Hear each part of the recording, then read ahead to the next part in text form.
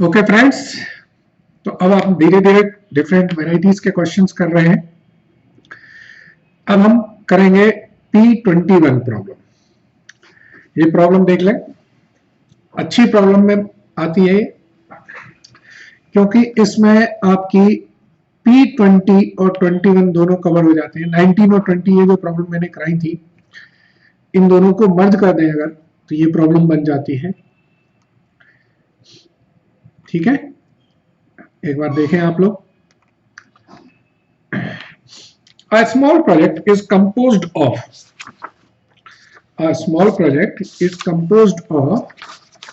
7 activities whose time estimates are listed in the table below. वही optimistic pessimistic time दे रखे हैं, तो हम टी निकाल लेंगे, expected time. Sorry, find the expected duration and variance of each activity, calculate the variance and standard deviation of project length, what is the probability that the project will be completed. okay, ठीक है। तो सबसे पहले तो हम लोग एक table बना लेंगे जिसमें हमारा एक्सपेक्टेड टाइम निकल आएगा। ठीक है, चलिए आप लोग साथ में बनाते जाइएगा। हम लोग कर रहे हैं P21।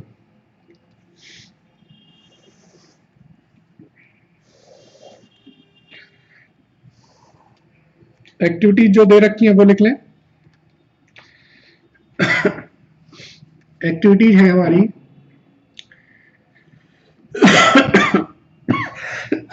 1 से 2, 1 से 3, 1 से 4, 2 से 5, 3 से 5, 4 से 6, 5 से 6।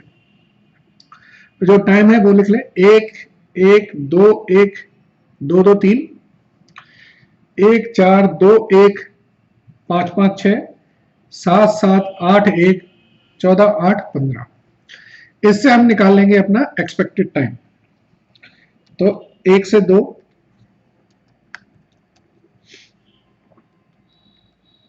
फिर है 1 से 3,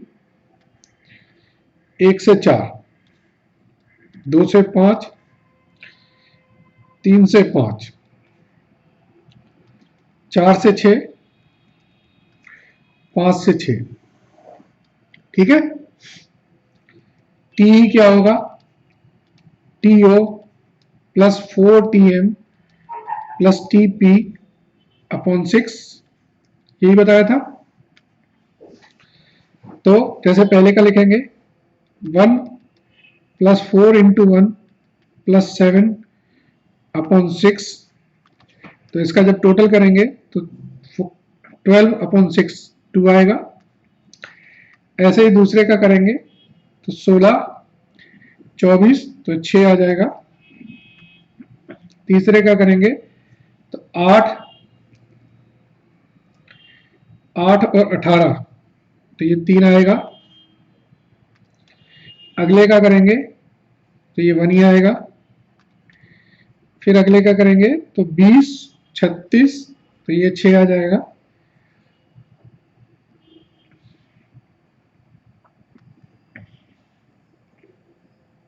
ये 4 आएगा। इसके बाद है 20 और 30 तो ये 5 आएगा। और इसको करेंगे 24 और 18, 24 और 18 42 तो ये 7 आ जाएगा। ये हमारा TE आ गया। अब इन्होंने बोला है क्वेश्चन में कि वेरिएंस निकालें हर एक्टिविटी का। तो वेरिएंस का फॉर्मूला बताया था TO माइनस TP अपॉन 6 का होल स्क्वायर। तो TO है मेरा 1, TP है 7 अपॉन 6 का होल स्क्वायर करेंगे तो यानी कि 6 अपॉन 6 का होल स्क्वायर माइनस 1 का होल स्क्वायर यानी कि 1। ऐसे ही दूसरे केस में भी देखेंगे तो ये 1 आएगा। तीसरे केस में देखेंगे तो ये 1 आएगा। चौथे केस में देखेंगे तो ये 1 अपॉन 6 है। 1 माइनस 1 0 तो ये 0 हो जाएगा। पांचवें केस में देखेंगे तो ये आ जाएगा -2 4। छठवें केस में देखेंगे तो ये आ जाएगा 1, और सातवें केस में देखेंगे तो ये आ जाएगा 4। ये कैलकुलेशंस हैं, आप सिंपल सी कैलकुलेशंस लगाइए इस टाइम एस्टिमेट्स पर, तो आपके आ जाएंगे आंसर। अब वेरिएंस निकाल लिया, अब नेटवर्क एक बार ड्रॉ कर लें। नेटवर्क से पहले ये टी निकालना जरूरी होता है, क्योंकि अगर आप टी नहीं निकालेंगे तो आप नेटवर्क भी नहीं बना पाएंगे ना, मतलब क्रिटिकल पाथ नहीं निकाल पाएंगे। ठीक है, चलिए नेटवर्क बनाते हैं। ये 1 है, यहां से एक एक्टिविटी 2 निकल रही है, एक एक्टिविटी 3 निकल रही है, एक एक्टिविटी 4 निकल रही है, फिर 2 से जो एक्टिविटी निकल रही है वो 2 से 5 है, फिर देखेंगे तो 3 से 5 भी जा रही है ये एक्टिविटी,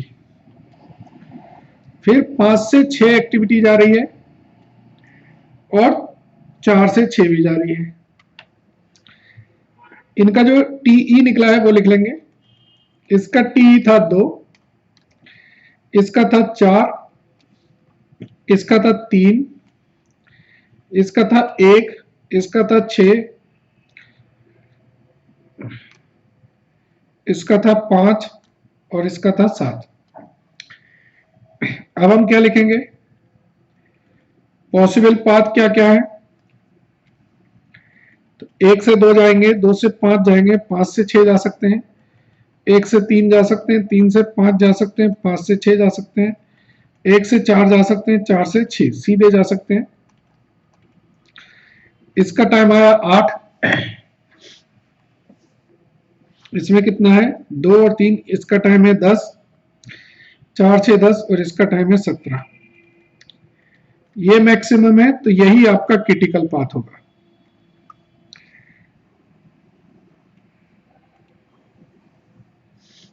जो क्रिटिकल पाथ होता है उसे हमने बताया, हाईलाइट कर लेते हैं। इसको मैंने हाईलाइट कर लिया, ठीक है। चलिए अब ये क्रिटिकल पाथ मेरा हाईलाइट हो गया है।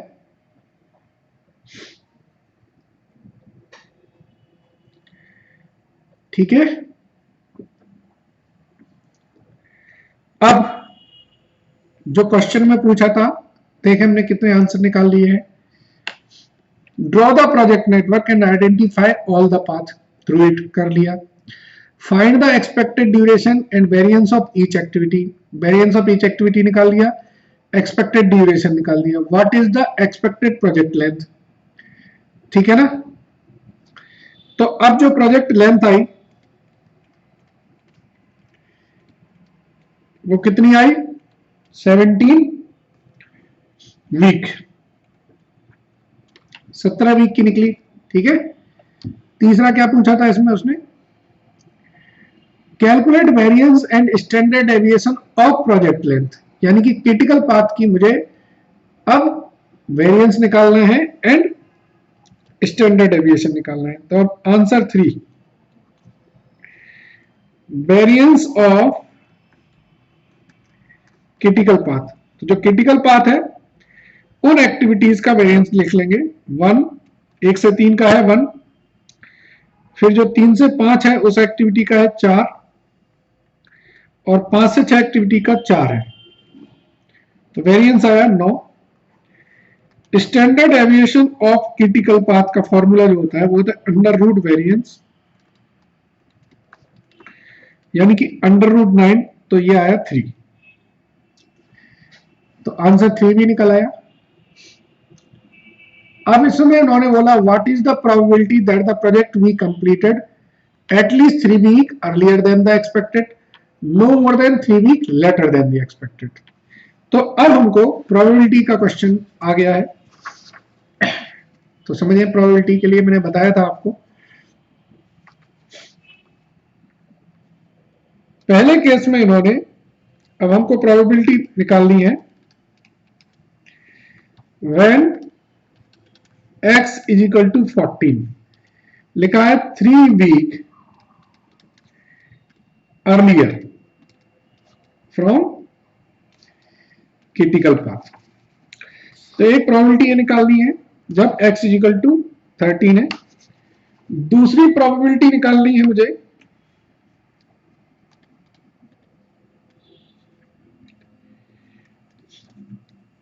when x is equal to 20, यहां लिखा है ना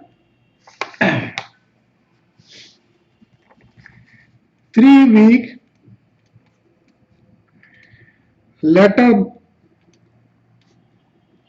3 वीक बाद, 3 वीक पहले और 3 वीक बाद।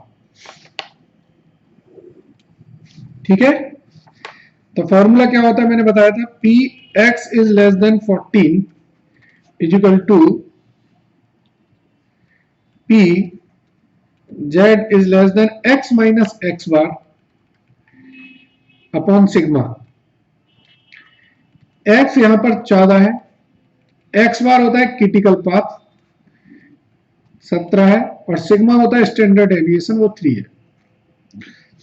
ठीक है, तो ये आया मेरा z is less then 17 minus 14, sorry 14 minus 17 होगा ना, 14 माइनस 17 अपॉन 3।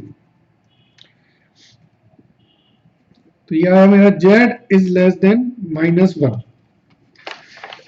आपको मैंने जब पढ़ाया था तो मैंने नॉर्मल कर्व पढ़ाया था,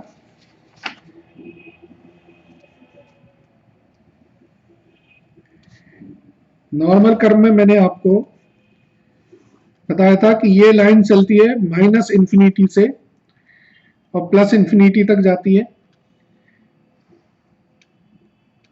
इस हिस्से की प्रोबेबिलिटी 50% होती है और इस हिस्से की प्रोबेबिलिटी 50% है। अब हमसे जो वैल्यू पूछी जा रही है वो पूछी जा रही है z की -1 की वैल्यू है, ये z की वैल्यू है। तो सपोज करिए -1 की वैल्यू यहां पर है, तो मुझे जो प्रोबेबिलिटी निकालनी है वो इतने हिस्से की निकालनी है। लेकिन मेरे पास z की नेगेटिव वैल्यूज की टेबल नहीं दी हुई है। z की जो टेबल है वो हमारे पास z is greater than equal to 0 की टेबल है, यानी कि इस हिस्से की टेबल है। तो हम लोग ऐसी सिनेरियो में क्या करते हैं, मैंने बताया था आपको, हम लोग साइन चेंज कर देते हैं। दैट इज z को हम ग्रेटर देन इक्वल टू 1 की वैल्यू निकाल लेते हैं। z is less than equal to -1 और ग्रेटर देन इक्वल टू 1। इसका मतलब क्या है कि अगर z की वैल्यू 1 यहां पर है, z इज इक्वल टू 1 यहां पर है, तो अब मुझे इस हिस्से की प्रोबेबिलिटी निकालनी है। तो इस हिस्से की प्रोबेबिलिटी मैं कैसे निकालूंगा, मेरे पास 0 से लेके प्लस इंफिनिटी की वैल्यू तो दे रखी है, इसमें से मैं 0 से लेके 1 की वैल्यू माइनस कर दूं। 0 से इंफिनिटी प्लस इंफिनिटी, ये जो है ये इंफिनिटी है,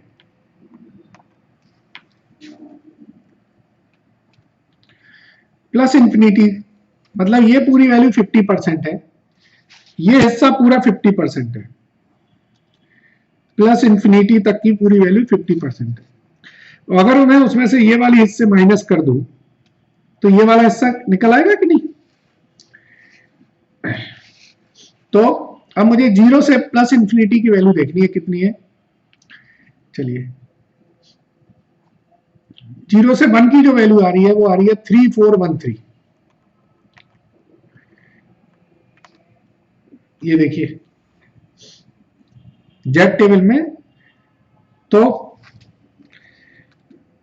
टोटल वैल्यू है मेरी 50% और 0 से 1 तक की वैल्यू है 34.13%। तो ये जो प्रोबेबिलिटी निकली वो मेरी निकली 15.87%। 15.87%, that is probability for completing the project in 3 weeks earlier 15.87। ये मेरा आंसर आया। अब दूसरा क्या पूछा है इन्होंने कि प्रोबेबिलिटी 3 वीक बाद की, तो इसी पैटर्न पे हम लोग निकालेंगे इसको भी। देखें अब यहां पर x इज इक्वल टू है 20, एक्स बार तो हमारा 17 ही है और सिग्मा हमारा है 3, तो p x is less than equal to 20 is equal to p z is less than 20 minus 17 upon 3, यानी कि p z is greater than, p नहीं लिखेंगे फिर यहां पर, z is greater than 1, sorry z is less than equal to 1। फिर से हम अपना एक नेटवर्क बनाएंगे।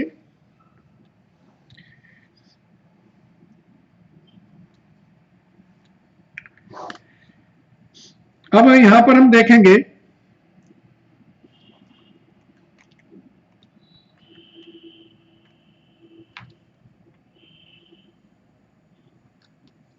ठीक है ना, यहां पर हम देखेंगे ये वैल्यू हमारी है 0 वैल्यू, ये 50% है यहां से यहां तक, या हम कहें ये है हमारी माइनस इंफिनिटी से ये प्लस इंफिनिटी, इतने हिस्से की वैल्यू है 50% और इतने हिस्से की वैल्यू है 50%।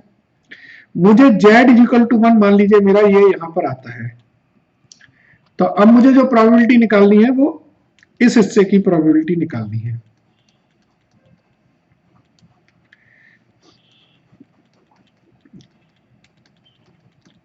इस पूरे हिस्से की, क्योंकि z is less than equal to 1 का मतलब है z की जो वैल्यू है माइनस इंफिनिटी से लेके 1 तक की वैल्यू है, और z माइनस इंफिनिटी से 0 तक की वैल्यू अलग हो गई और 0 से लेके 1 तक की वैल्यू अलग हो गई।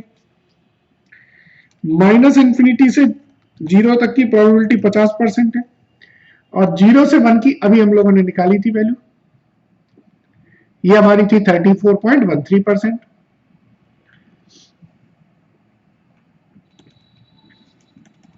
तो जो total probability I 44.83%, that is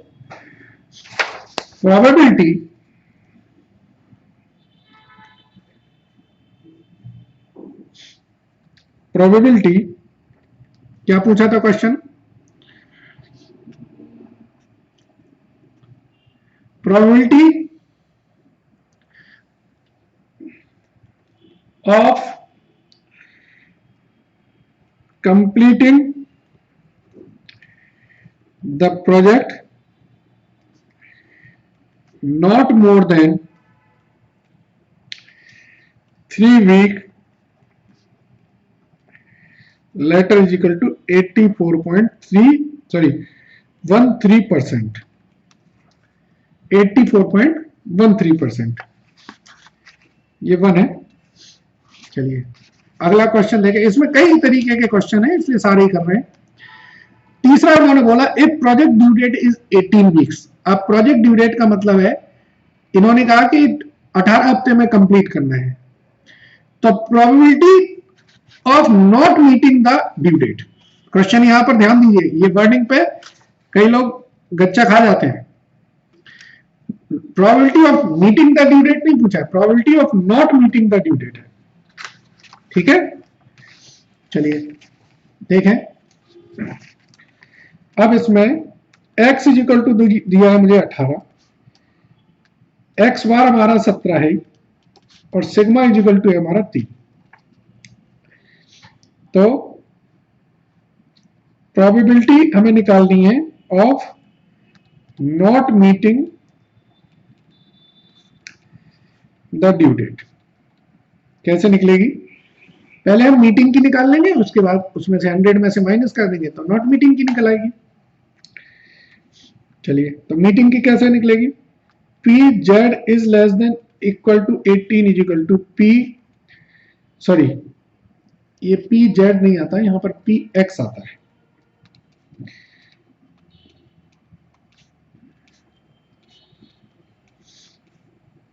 x minus X बार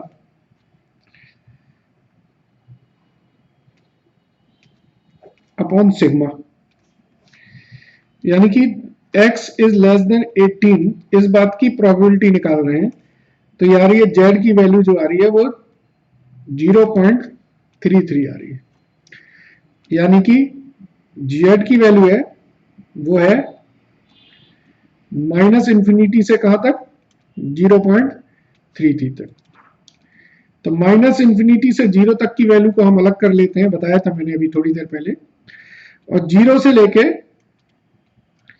0.33 की वैल्यू को हम अलग कर लेते हैं। चलिए एक हम बनाए, नॉर्मल कर्व बना लेते हैं। ये हमारी वैल्यू 0 है, ये माइनस इंफिनिटी है, ये प्लस इंफिनिटी है। तो मुझे जो वैल्यू निकालनी है वो निकालनी है 0.33। सपोज कर लीजिए मैंने ये माना 0.33 मेरा यहां पर आ रहा है, तो मुझे जो प्रोबेबिलिटी निकालनी है वो इस पूरे हिस्से की निकालनी है। तो इसके लिए मुझे पता है कि माइनस इंफिनिटी से 0 तक की प्रोबेबिलिटी 50% होती है, और 0 से 0.33 की वैल्यू मैं टेबल से देख लूंगा। टेबल से देखेंगे 0.33 की वैल्यू, 3 की वैल्यू ये है, और 33 की वैल्यू आ रही है 1293। ठीक है, तो टेबल में लिख लेंगे 12.93%, यानी कि जो प्रोबेबिलिटी हो रही वो आ रही 62.93%। Probability of completing the project in 18 week, ये आ गई मेरी 62.93%। So probability for not completing the project in 18 weeks, total probability मेरी 100 है, मीट करने की प्रोबेबिलिटी है 62.93%, तो नॉट मीट करने की प्रोबेबिलिटी कितनी हो जाएगी, 37.07%। बड़ा ही बेसिक कॉन्सेप्ट है, इसलिए इसमें ज्यादा मैंने दिमाग नहीं लगाना है। चलिए अगला क्वेश्चन देखेंगे, ये लास्ट है इस क्वेश्चन का।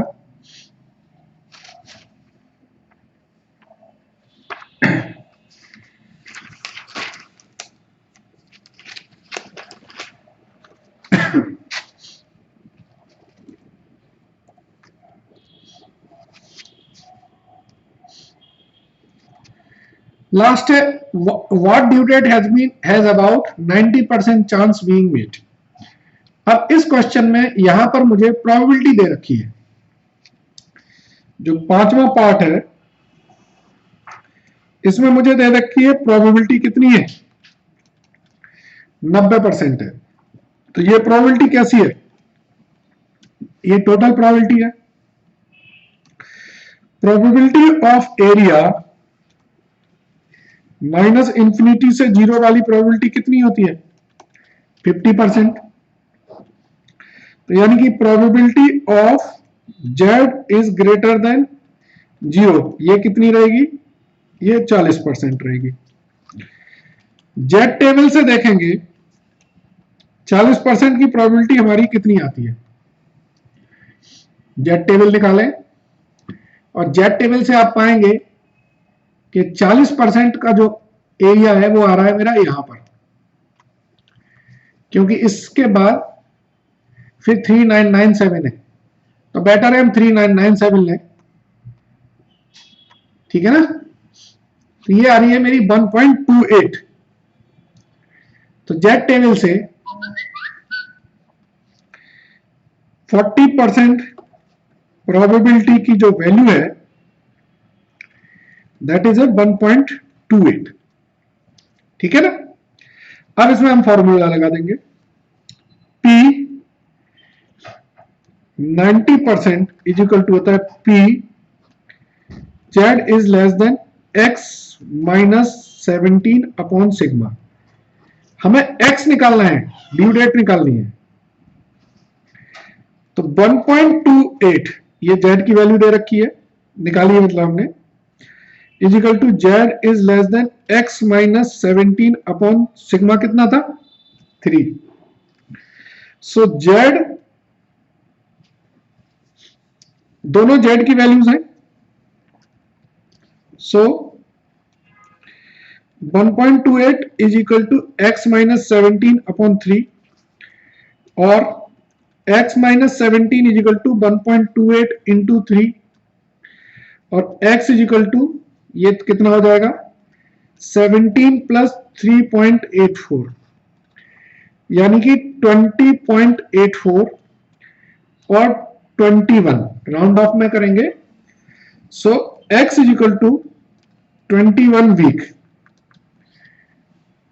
X की वैल्यू जो निकली वो कितनी निकली 21 हफ्ते निकली राउंड ऑफ में।